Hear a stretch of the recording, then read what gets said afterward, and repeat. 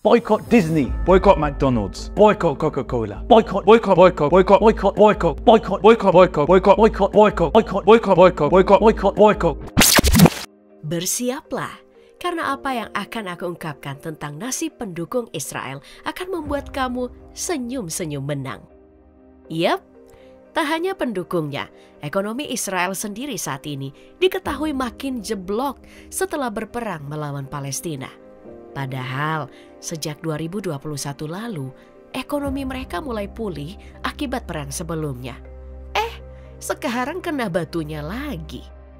Produk domestik bruto Israel juga sempat diproyeksikan tumbuh sebesar 2,9% pada tahun 2023 dan 3,3% pada tahun 2024. Namun, semuanya itu berubah dan melambat hingga 2,7% pada sejumlah sektor krusial.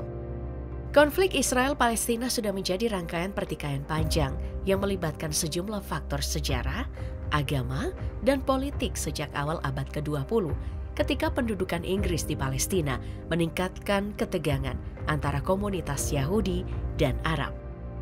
Pada tahun 1947, PBB mengusulkan pembagian Palestina menjadi dua negara. Satu untuk orang Yahudi dan satu untuk orang Arab. Meskipun diadopsi oleh PBB, rencana itu ditolak oleh negara-negara Arab dan memicu Perang Arab-Israel pada 1948. Perang ini menyebabkan pembentukan negara Israel dan puluhan ribu pengungsi Palestina. Sejak itu, wilayah ini menjadi sumber konflik berkepanjangan dengan serangkaian perang, intifada alias pemberontakan rakyat, dan upaya perdamaian yang seringkali tidak berhasil. Sengketa pun terus berlanjut terkait perbatasan, pengungsi, status Yerusalem, dan hak-hak rakyat Palestina.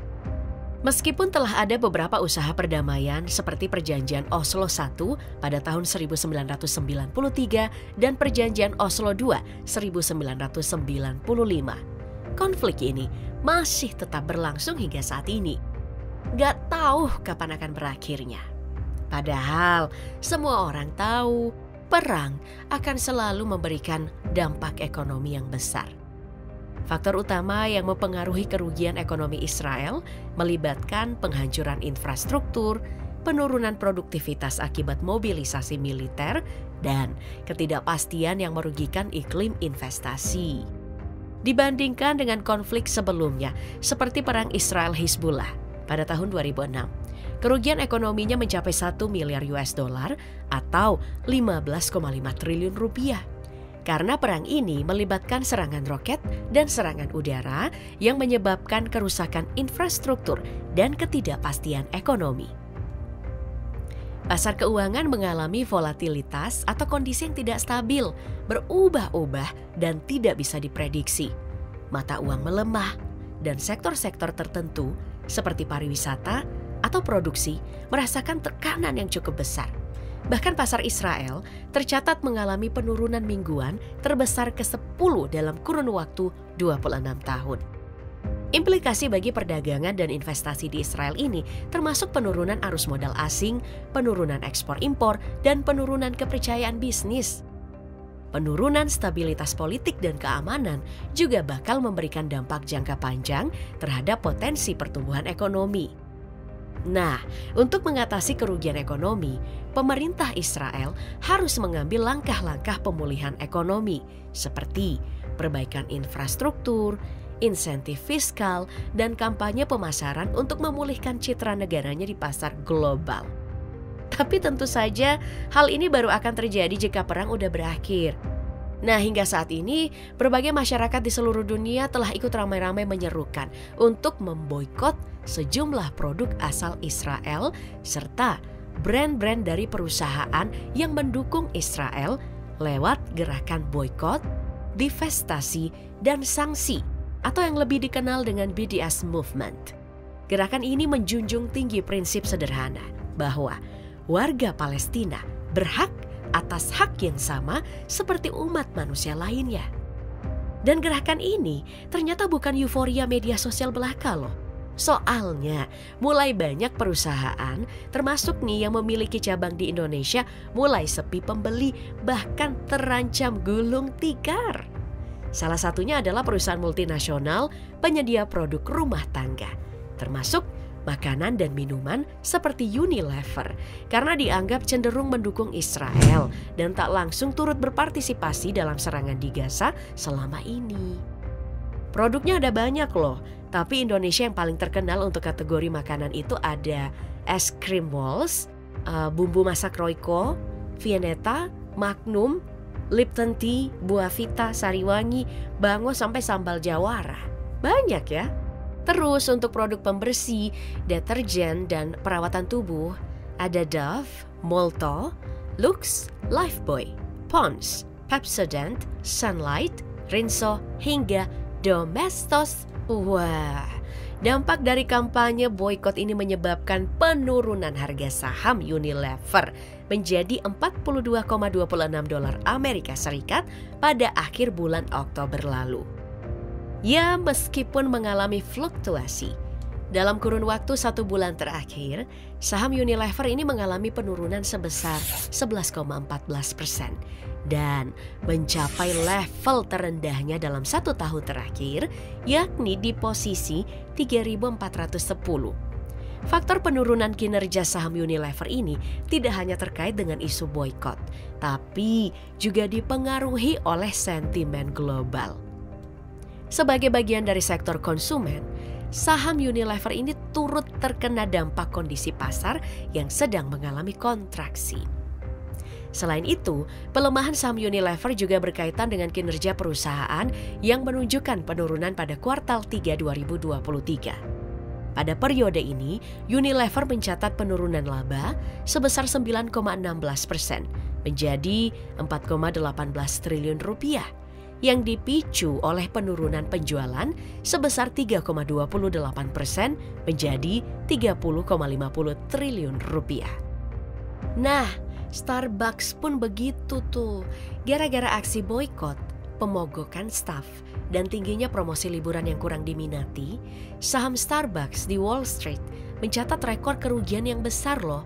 Menghilangkan hampir 12 miliar US dollar atau sekitar 186,38 triliun rupiah dari kapitalisasi pasar perusahaan. Pada tanggal 4 Desember 2023 saja, saham Starbucks ini tercatat turun 1,6%, menandai penurunan selama 11 sesi perdagangan berturut-turut, yang merupakan koreksi terpanjang sejak Starbucks melakukan debut publiknya di Bursa Amerika Serikat pada tahun 1992. Keseluruhan penurunan ini telah mengakibatkan hilangnya 9,4% kapitalisasi pasar Starbucks, setara dengan hampir 12 miliar US dollar. Lanjut, perusahaan yang menaungi Pizza Hut yaitu Yum Brands Incorporated atau Yum pun tidak ketinggalan. Sahamnya turun drastis. Sedangkan di Indonesia, restoran Pizza Hut yang dioperasikan oleh PT Sari Melati Kencana Tbk juga mengalami penurunan sebesar 2,38% dalam kurun waktu hanya 1 bulan terakhir ini. Menurut laporan keuangan perusahaan hingga akhir September 2023, Pizza Hut Indonesia mencatatkan rugi bersih sebesar 38,95 miliar rupiah untuk tahun berjalan. Angka ini menunjukkan peningkatan sebesar 9,74% dibandingkan dengan kuartal 3 2022 yang mencatat rugi sebesar 35,49 miliar rupiah. Ada juga nih saham Nestle yang selama 1 tahun belakangan ini terus mengalami penurunan. Nestle yang merupakan perusahaan multinasional asal Swiss yang bergerak di bidang makanan dan minuman memiliki 53,8% saham dari Osem, sebuah produsen makanan terkemuka di Israel. Selain itu, Nestle juga diketahui memiliki beberapa fasilitas pabrik di Israel. Soalnya, sejak Perang Dunia Kedua, Nestle telah membuka pabrik di Israel, kemudian menjadi minuman utama dari militer Amerika Serikat. Pabriknya di Israel aja sudah ada yang nyerah atau tutup sementara waktu. Ya, walaupun tidak berlangsung lama, saham McDonald's atau McD juga sempat terjun bebas nih, terutama pada tanggal 12 Oktober 2023 dengan anjlok dinilai 246,12 US dollar. Hal ini terjadi setelah McD menjadi target seruan boikot dari masyarakat global pasca salah satu cabangnya di Israel memberikan makanan secara gratis kepada personil tentara Israel atau Israel Defense Forces atau IDF. Pihak McD memang mengumumkan bahwa mereka telah menyumbangkan 4.000 makanan gratis untuk IDF dan penduduk setempat setiap hari. Selain itu, McDonald's menawarkan diskon sebesar 50% kepada tentara Israel dan petugas keamanan yang mengunjungi restoran mereka di seberang jalan. Wah, emang cari gara-gara sih McD ini ya. Di Lebanon bahkan sampai ada gerai McD yang menjadi sasaran massa loh.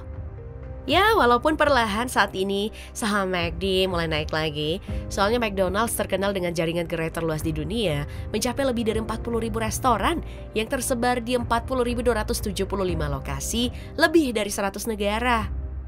Nah, yang pasti Gubernur Bank Sentral Israel Amir Yaron telah menyatakan bahwa perang dengan Hamas telah menyebabkan guncangan besar pada ekonomi negaranya dan ternyata lebih mahal daripada perkiraan awal.